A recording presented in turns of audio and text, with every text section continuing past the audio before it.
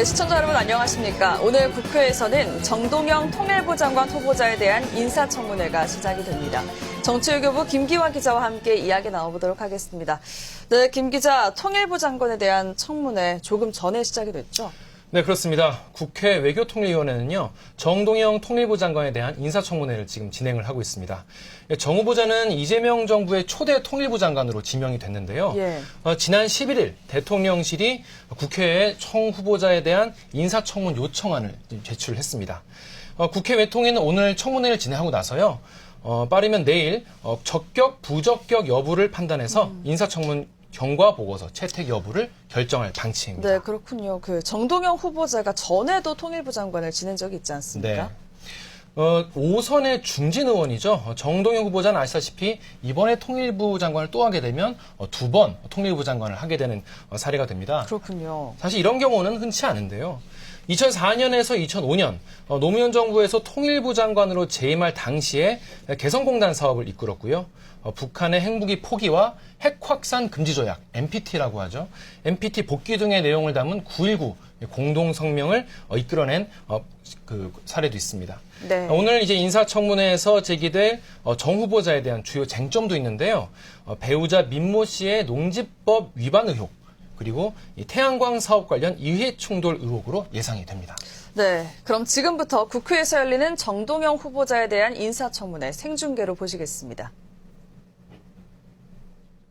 그래서 이런 상황에서 치러지는 청문회라면 아무런 의미가 없다는 점을 분명히 밝힙니다.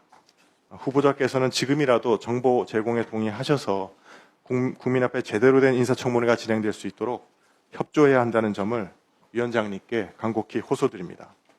그래서 필요하다면 고발을 포함해서 강력한 조치를 당부드리겠습니다. 예. 의사진행 바람. 예, 김영배 원사님. 예, 김영배입니다. 지난번 저희들이 이제 인사청문회 요청안 왔을 때, 회의했을 때도 똑같은 말씀을 드렸는데요.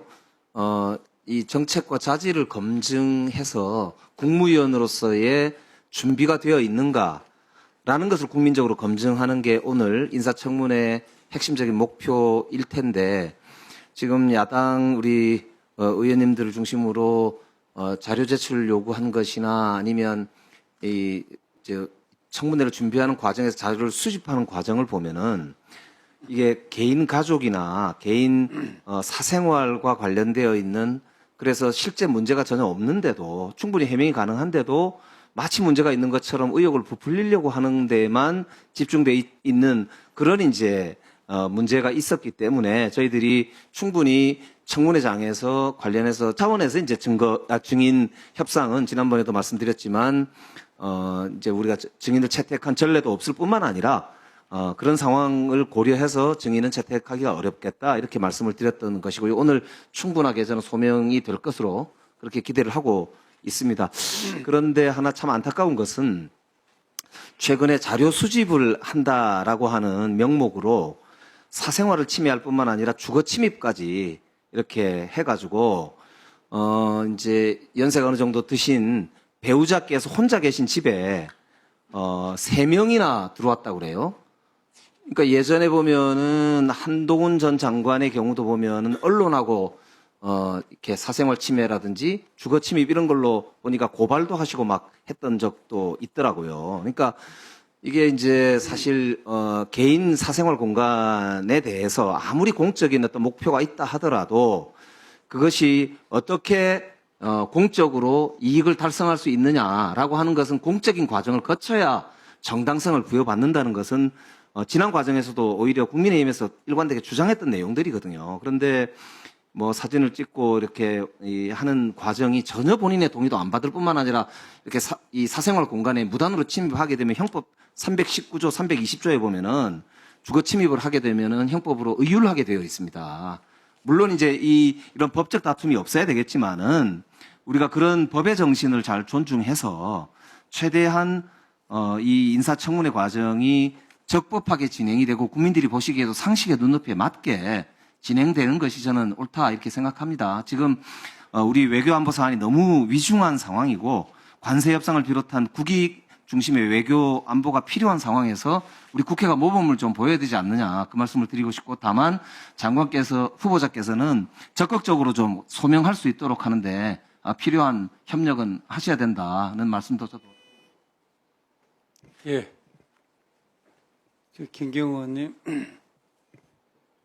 예, 저도 의사진행 발언을 좀 드리겠습니다. 지금 여당 간사이시고 존경하는 우리 김영배 의원님께서 정책 쪽에 집중을 해서 해야지 뭐 사생활 관련된 거를 너무 이렇게 하는 게 좀 적절치 않다는 취지로 얘기하신 것 같은데, 이번에 자료 관련 요구를 보니까 저희 당에서만 한 게 아니라 우리 김영배 의원님께서도 쌀 직불금 수령 내역부터 해서 우리 조정식 의원님도 소유 차량 과태료 뭐 하여간 부동산 거래 내역, 여당 의원님들께서도 많은 자료를 요구하셨더라고요. 근데 이제 여당 의원님들께서 제출을 요구한 자료도 사실은 제출이 안 되고 있는데, 그 이유가 이제 본인 동의가 안 돼서 그렇다 하는 거거든요. 그러면 이제 최소한 물론 가족 중에 뭐 아드님이라든가 이런 분들이 본인이 안 하겠다 하는 건 어쩔 수 없다 치더라도 본인이 동의하면 되는 자료들은 기본적인 건 좀 제출해 주셔야 되는 거 아니냐, 이런 생각이 들고요. 지금 뭐 이번에는 청문회를 뭐 정책 쪽에 집중하자 이렇게 얘기하시는데, 사실 2023년에 있었던 통일부 장관 후보자 김용호 후보자 인사청문회 때도 그렇고, 그때는 더불어민주당에서 이제 항의해서 뭐 1시간여 파행된 적도 있고, 그때 간사이셨던 우리 존경하는 이용선 의원님께서는 정말 협조가 지나치게 안 되고 있고, 이런 식의 자료 협조를 하면 사실 이거는 봉쇄하는 게 가깝다, 이렇게 말씀하신 적도 있습니다, 실제로. 그래서 제가 물론 뭐 여야가 바뀌어 있긴 하지만 그래도 가족들까지는 뭐 이래저래 말하는 게 지나치다 하더라도 본인이 동의하면 낼 수 있는 자료는 내주셔야 되는 거 아니냐, 이런 말씀을 좀 드립니다. 예, 이재정 의원님. 네, 위원장님께 좀 당부의 말씀 드리려고 합니다. 김영배 간사님께서 지적하신 것처럼 후보자가 거주하는 집입니다. 평소에는 후보자가 국회 활동을 위해서 사실은 배우자 혼자 있는 집입니다. 그 집 안에 CCTV를 통해서 확인한 결과 온전히 사적인 공간입니다. 담이 있고 없고를 떠나서 CCTV에 촬영된 내용을 보면요, 사적인 공간에 무단 침입한 거예요. 이건 제가 율사이기도 하지만 형법상 주거 침입에 해당할 수 있습니다. 그리고 특히 보니까 3명이에요. 이러면 다중이에요. 그 배우자가 홀로 집안에서 느꼈던 공포, 전 상상이 됩니다. 물론 사생활 검증이라는 영역이 사실은 도덕성 검증이라는 공적인 영역과 어떻게 구분되느냐에 대한 고민들이 많으실 줄로 알고 현지 제도에 대해서 어디까지 허용되는지에 고민이 있겠지만 이거는 허용돼서는 안 됩니다. 네, 이와 같은 것이 반복되어서는 안 되고, 제가 보건대 이제 여기만 가신 게 아니라 뭐 명함을 주고 인근을 제 표현으로는 제가 이렇게 표현하겠습니다. 들쑤시고 다니다시피 합니다. 이거는 후보자가 사는, 또 후보자의 가족이 영위하고 있는 온전한 사생활의 공간까지 이러한 후보자 검증이라는 이유로 그 권한을 남용한 것이라고 보고요. 제가 어떤 의원실에서 파견된 것인지는 인접기관에 방문하면서 이렇게 소통된 내용을 통해서 알고는 있습니다. 그 당사위원님께서는 이런 방식을 통해서 지적하시고자 하는 부분에 있어서 좀 자중해 주시기 바라고요. 우리가 우리의 권한을 법적으로 허용되는 한계 내에서 정당하게 행사해서 국민의 눈높이에 맞는 검증이 이루어질 수 있도록 위원장님 그와 같은 방식이 다시는 반복되지 않도록 엄중한 주의 당부 부탁드립니다. 이상입니다. 예, 수고하셨습니다. 다음 김기현 의원님. 예. 예, 울산 남구을 출신의 김기현 의원입니다. 이번 인사청문회는 뭐 정동영 후보자의 경우에도 마찬가지지만 김민석 총리 후보자를 비롯해서 모든 이번 인사청문 대상자들이 청문회를 하는 것이 아니라 불문회를 하기로 작심한 것 같다. 이거는 누군가가 상부 컨트롤타워에서 오다가 내려간 것이다. 그냥 자료 제출은 하지 말고 청문회에서 답변하겠다고 말해놓고 그날 하루만 버티면 된다. 무조건 다수당이니까 통과시킨다.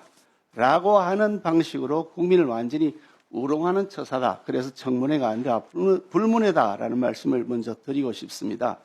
이렇게 다수당이 횡포를 부리면서 막가파식으로 니들이 어쩔 건데라는 식으로 만약에 한다면 인사청문회 제도를 완전히 껍데기를 만들겠다는 것인데 국민들이 다 보고 계시는 겁니다.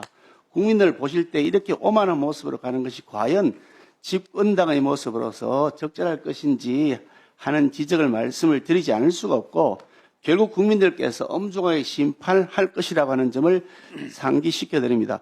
집권당이 되시고 난 다음에 우리 그 더불어민주당의 우리 간사, 존경하는 김영배 간사님도 그러시고 많은 의원들이 태도가 싹 바뀌신 것 같아서 180도 바뀐 것 같아서 참 의아합니다. 국무위원 후보는 도덕성과 그리고 자질 능력을 다 구비해야 되는 것이고 많은 국민들은 도덕성이 중요하다고 생각합니다. 아니 도둑질하는 사람이 능력이 있다고 장관이 돼서는 안 되지 않겠습니까? 아니 불법으로 농지를 막 취득해서 전용하는 사람이 장관이 돼서는 안 되지 않겠습니까? 어느 국민들이 그러면 법을 지키겠습니까? 그러니까 당연히 도덕성에 대한 검증은 매우 정밀하고 철저하게 진행돼야 되는 것인데 지금 그 통일부 장관 후보자 인사청문회 관련해서 제가 정의 신청했던 사람이 두 사람이 있습니다. 한 사람은 농지의 전 소유자, 그 위장 전입 의혹을 받고 있는 그 전 소유자인 박홍주에 대해서 정의 신청했는데 민주당이 다 거절했습니다. 배우자 민혜경 씨 이름으로 되어 있는데 왜 민혜경 씨가 이 주소지가 되어 있느냐, 관계가 어떠냐, 자료 제출했는지 1절 다 거절했습니다. 그래서 정인으로라도 불러야 되겠다는데 그것도 거절했습니다. 심지어 자료 제출도 왜 주소지가 전 소유자와 같은 곳에 되어 있느냐, 박홍주인 전 소유자와 관계는 어떻게 되느냐, 전기세나 수도세 내는 자료를 내라 했더니 전부 다 거절을 했습니다. 계약서, 매매 계약서도 거절을 했습니다. 중도금 지불 내역과 실제 거래 내용 영수증도 제출하는데 거절했습니다. 아니 이래 놔놓고서 인사청문을 하겠다는 거 이게 무슨 인사청문회가 불문회죠. 그러니까 우리 위원장께서는 이런 자료 미제출에서 엄격하게 꾸짖으시고 자료 제출 요구해 주셔야 됩니다. 아니 계약서를 못 내겠다는 이게 말이 되겠습니까? 이런 청문회가 어디 있습니까 세상에. 그리고 정인 참고인 채택 안 된 사람들 지금이라도 본인 동의 받아서 출석하도록 해주셔야 됩니다. 그래야 예.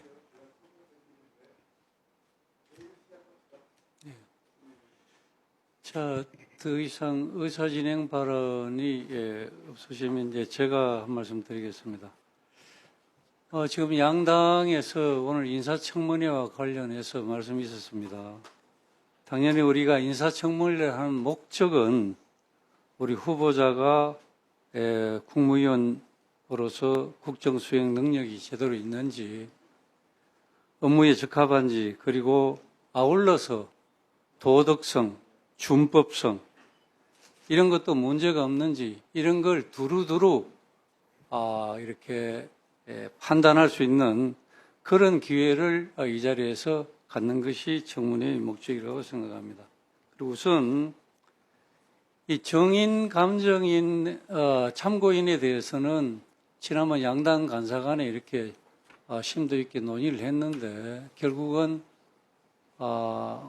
국민의힘에서 여러 사람을 신청했는데 그게 무산된 것 같습니다. 지금 그 시간적으로 사실 쉽지 않을 것 같고 다만 자료 조치에 관해서는 저도 이렇게 많이 이렇게 자료를 받아봤습니다만은 지금 우리 후보자께서 지금 가족의 태양광 사업 이런 문제가 언론에 지금 많이 보도가 되어서 이게 이해 충돌이 맞지 않느냐 이런 의혹이 이제 제기된 게 사실입니다. 그런데 이와 관련해서 법인 설비 인정서를 제출하라는 의원이 계셨는데 이런 게 안 나왔고 그 다음에 기초질서 위반, 범칙금 이 실태도 내달라는데 안 나왔고 그리고 후보자에 대한 진정서, 탄원서, 각종 민원과 관련해서 피신고됐거나 피수됐다 이런 현황 자료는 충분히 낼 수 있을 것 같은데 자료 제출을 거부했다 뭐 이런 내용들이 있는데 또 국세청 소관 80건 자료를 전부 다 본인이 부동의해서 제출하지 않았다 이렇게 되는데 제 생각에는 이렇습니다. 오늘 우리는 우리 여야 의원님들 이 여러 가지 다양한 질의를 통해서 후보자의 자격을 하루 종일 검증하는 그 시간을 갖기 위해서 회의를 원활하게 진행해 가는 게 맞습니다.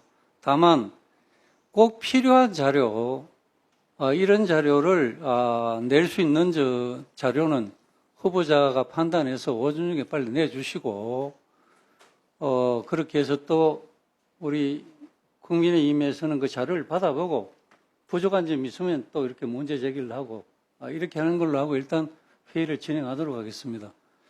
우리 후보자께서는 지금 지적된 사항들 그 자료에 대해서 오전 중에 제출을 해 주시기 바랍니다. 하시겠습니까? 예. 오케이. 말씀하신 것 중에 제가 귀촌하면서 집을 짓기 위해서 산 땅 관련 그 소유자 또 증인도 신청하셨고 또 계약서 뭐 이런 것들은 드리도록 하겠습니다. 이거 안 될 이유가 없다고 생각하고요. 예, 진정서, 민원 등 피신고된 사례 그런 건 없습니다. 없기 때문에 없는 걸 낼 수는 없는 거고요. 그다음에 국세청 자료, 요거는 주로 가족들 부분인데 이거는 법률적으로도 부동의 할 수 있다고 돼 있어서 아마 안 낸 걸로 알고 있습니다. 낼 수 있는 건 내겠습니다.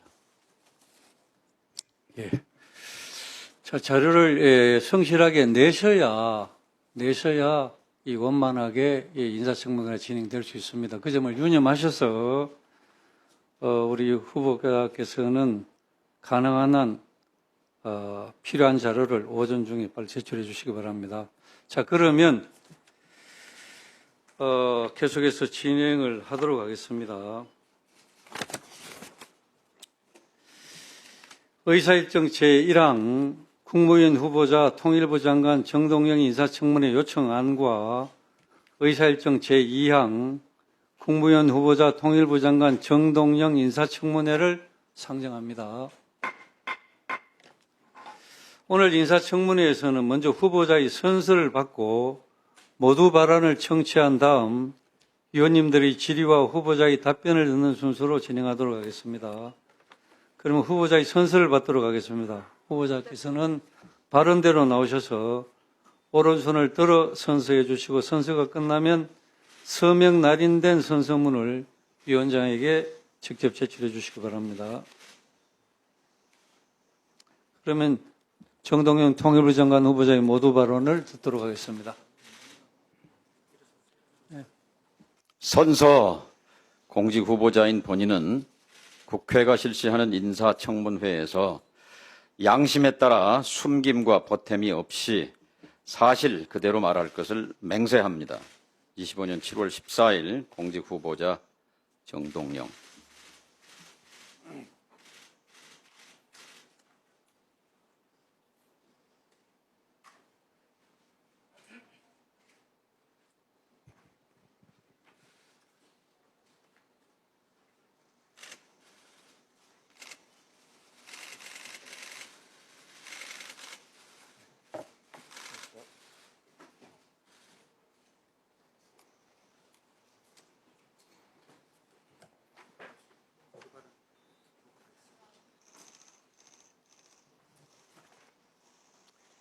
다만 정동영 통일부 장관 후보자의 모두 발언을 듣겠습니다.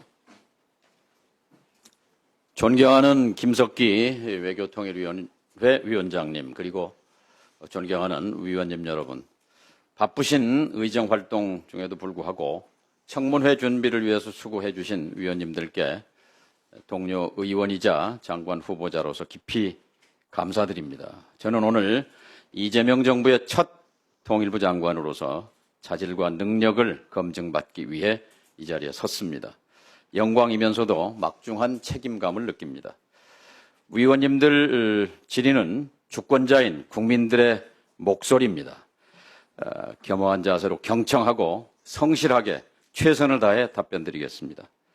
위원님 여러분, 강대국 간의 전략 경쟁 심화로 국제 질서의 불확실성이 고조되고 한반도를 둘러싼 안보 환경의 유동성이 극대화되고 있습니다. 남북관계의 구조적 환경도 어느 때보다 악화된 상태입니다. 엄혹한 국제정세 앞에서 한반도 문제에 대한 희망과 기대보다 걱정과 우려의 시선이 큰 것도 사실입니다. 하지만 지난 시기를 돌아보면 급변하는 국제질서와 강대국 정치의 틈바구니 속에서도 우리는 한반도 평화 구축의 역사를 쉼없이 써내려 왔습니다. 남과 북은 1991년 남북 기본합의서 체결을 통해 평화 공존을 향한 화해, 불가침, 교류협력 원칙에 합의했습니다. 또 민족 공동체 통일 방안 수립을 통해서 자주 평화, 민주의 원칙과 함께 화해 협력을 1단계로 하는 점진적, 단계적, 평화적 통일에 대한 폭넓은 국민 합의를 도출했습니다. 이어서 역사적인 6.15 공동선언 그리고 14 정상선언을 통해서 남북 공동 번영의 시대를 열었습니다. 9.19 공동성명으로 북핵 문제 해결의 이정표를 남기기도 했습니다. 이런 노력들은 2018년 4.27 판문점 선언 그리고 2018년 9.19 평양 공동선언으로 이어졌습니다. 당시는 불가능해 보였지만 국민들의 인내와 저력이 만들어낸 역사적 산물이었습니다. 남북이 함께 흘린 땀과 눈물에 값진 결과물이었습니다. 과거가 현재를 돕고 죽은 자가 산 자를 구한다. 폐허가 되어버린 남북관계를 다시 복원하고 무너진 한반도의 평화 공존 체제를 재구축해야 합니다. 자유의 북진이 아닌 평화의 확장으로, 적대적 대결이 아닌 화해와 협력으로 한반도 평화의 물길을 다시 돌려세워야 합니다. 지난 시기에 남북이 합의한 것들에 대한 이행 방안을 고민하면서 멈춰서 버린 1단계 화해, 협력부터 다시 시작해야 합니다. 남북 관계가 국민의 일상을 위협하지 않도록 한반도의 평화 공존을 향한 작은 발걸음을 통해서 사실상의 통일로 계속 나아가야 할 것입니다. 그것이 우리 민족이 살고 한반도가 번영하는 길이라고 생각합니다. 20세기 말 독일 민족은 그 길을 걸었고 결국 하나가 됐습니다. 존경하는 김석기 위원장님, 존경하는 위원님 여러분, 저는 한국 전쟁의 포성이 멈춘 바로 그날 세상에 나왔습니다. 저의 짧지 않은 정치 인생에서 남북관계와 한반도 평화 문제는 빛과 실처럼 제 삶을 비추고 생각을 묶는 화두였습니다. 정치를 시작하면서 저의 소명으로 삼았던 명제였습니다. 여러분께서 힘을 보태주신다면 그동안 쌓아온 저의 경험을 남북관계 복원, 한반도 평화 구축을 위해 바치겠습니다. 그 과정에서 주권자 국민의 대리인인 국회와 늘 함께 할 것입니다. 국회와의 소통, 협치, 초당적 접근이 무엇보다 중요하다고 믿습니다. 위원님들의 지지와 협조를 부탁드립니다. 남북관계 현안에 대한 저의 생각은 청문회 과정에서 성실하게 답변 드리도록 하겠습니다. 감사합니다. 예, 수고하셨습니다. 자, 이제 정동영 통일부 장관 후보자에 대한 질의에 들어가도록 하겠습니다. 질의는 1문 1답 방식으로 하되 질의 시간은 인사청문회 실시 계획서에 따라서 추후 질의를 7분으로 하겠습니다. 그럼 맨 먼저 윤유덕 의원님 질의해 주시기 바랍니다. 예, 경기도 접경지역 파주의 국회의원 윤우덕입니다. 장관 후보자님, 예. 2년 전에 통일부 장관을 하셨죠? 그때 인사청문회 없었죠? 제가 인사청문회 없는 마지막 장관이었습니다. 예. 자, 최근에 이슈가 통일부의 명칭을 변경하자 이런 의견들이 좀 있어요. 이게 이제 그전서부터 있었고, 이번 대선, 그전의 대선에도 그런 얘기가 있었고, 이런 연원이 좀 있어요. 그래서 제가 한번 정리해 보니까 PPT 좀 올려주세요. 안 올라왔어요? 예. 대표적인 것만 이렇게 올려봤어요. 남북협력부, 평화협력부, 한반도부, 한반도정책부, 평화통일부, 남북관계부, 이런 명칭들이 나오고 있어요. 이 장관 후보자는 이렇게 이 변경하는 거에 대한 의견을 간단히 좀 주시고, 나는 역시 그대로 통일부로 남았으면 좋겠다라는 생각이고, 혹시 변경한다면 평화통일부가 낫겠다라는 생각을 합니다. 간단히 의견을 제시해 주시기 바랍니다. 저도 여러 가지 얘기를 듣고 있습니다. 국민의 대표 기관인 국회에서 여야가 함께 의논해야 할 아주 중요한 사안이라고 생각합니다. 저는 검토할 가치가 충분히 있다고 생각합니다. 딱 하나만 얘기를 드리면 1969년 브란트 정권 등장 이후 전독부를 내독부로 바꿨습니다. 소련이 환영했고 영국, 프랑스 등이 환영했습니다. 왜냐하면 전독부는 우리말로 하면 통일부인데 통일을 통해서 대독일주의로 가려고 하는 우려가 주변 국가에 있었던 반면 내독부로 전환함으로써 주변국의 우려를 씻었습니다. 그리고 이어서